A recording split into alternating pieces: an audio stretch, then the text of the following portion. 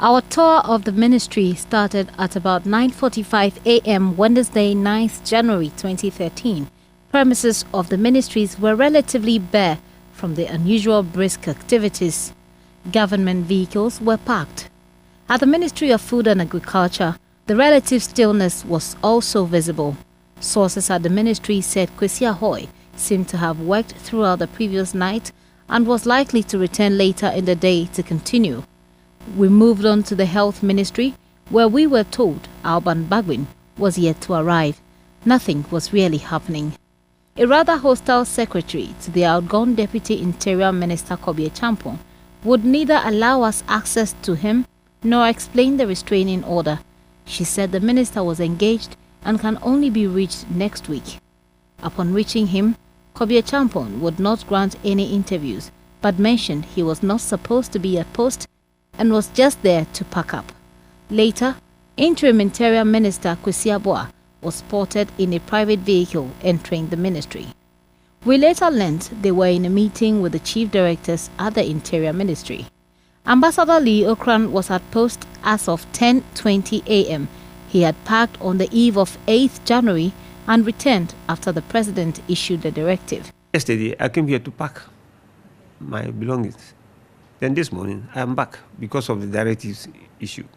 So you'll be doing exactly the same thing, except no new initiatives. What the program is, we still have to follow, because they are unfinished businesses. Oh, I've just come. I'm going to look through mails if there are any.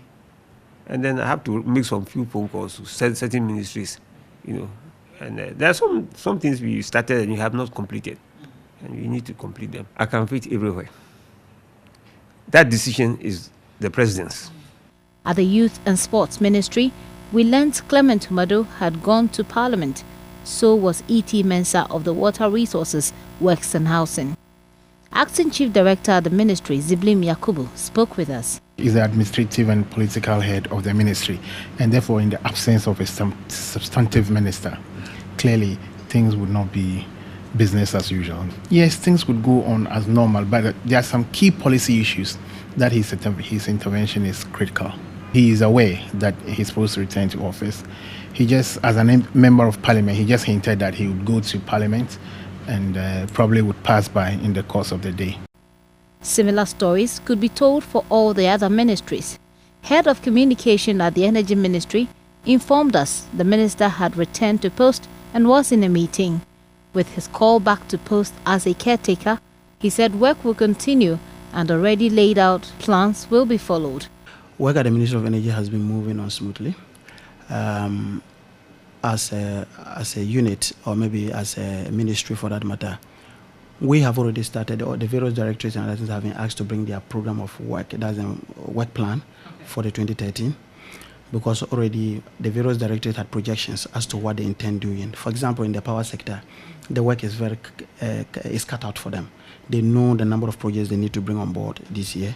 So with or without a substantive minister, you still have the technical persons who are around, who are trying to ensure that they get those things done, because these were decisions that were already taken even before this year.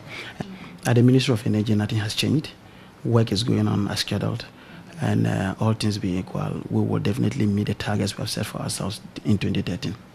Parliament is expected to go on a 2-week recess, which means there will be no substantive minister, at least for the next 2 or 3 weeks, as nominees for ministerial appointments need to go through parliamentary vetting before their appointments are confirmed.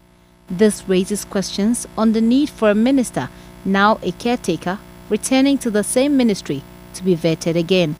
It appears the provision of the Transition Act was tilted more towards the change of government from one political party to the other and may require some reviews.